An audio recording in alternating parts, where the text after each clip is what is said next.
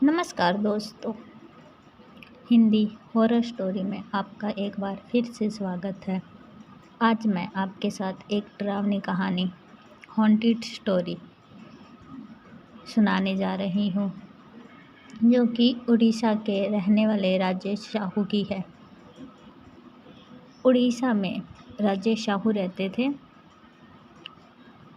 जिनकी ये कहानी खुद की आप बीती है। आप लोगों को काफ़ी हैरान होने वाली है यह कहानी सुनकर। बात 2017 की मई महीने की है, जब प्रचंड गर्मी पड़ी थी। उस समय सबके सर पर आईपीएल का खुमार चढ़ा रहता है। मैं भी आईपीएल देखकर सोने के लिए लगभग रात 12 बजे जाने वाला था, लेकिन गर्मी के कारण मैं अकेला छत पर खटिया लेकर सोने चला गया।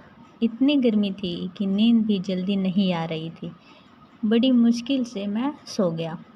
रात को लगभग 1:30-2 बजे मुझे कुछ रोने की आवाज़ सुनाई दी।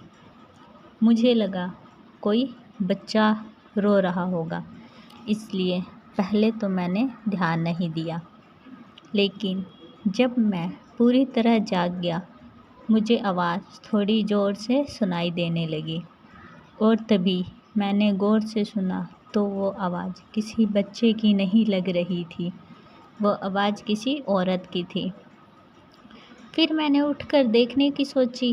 अंधेरा होने के कारण मुझे मेरा मोबाइल मिल नहीं रहा था।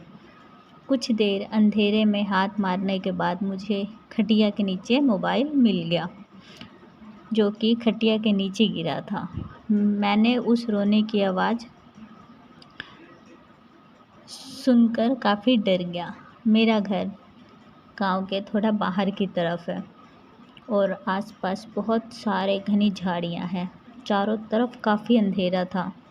तभी मैंने मोबाइल का फ्लैश लाइट जलाकर उन झाड़ियों की तरफ जब देखने की कोशिश की तो मुझे ज़्यादा कुछ नहीं दिखाई दे रहा था। लेकिन जितना कुछ भी दिखाई दे रहा था वो काफ़ी डरावना था। मैंने देखा कि एक डरावनी औरत सफ़ेद साड़ी में थी और पेड़ की डाली पर बैठकर रो रही थी।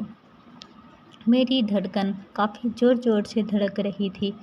फिर मुझे ऐसा लगा कि वो मेरी तरफ घूर रही है।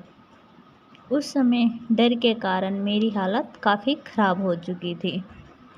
फिर मैं तेज़ी से नीचे अपने रूम की तरफ गया और अपने रूम में जाकर दरवाज़ा और सारे खिड़की बंद कर लिए।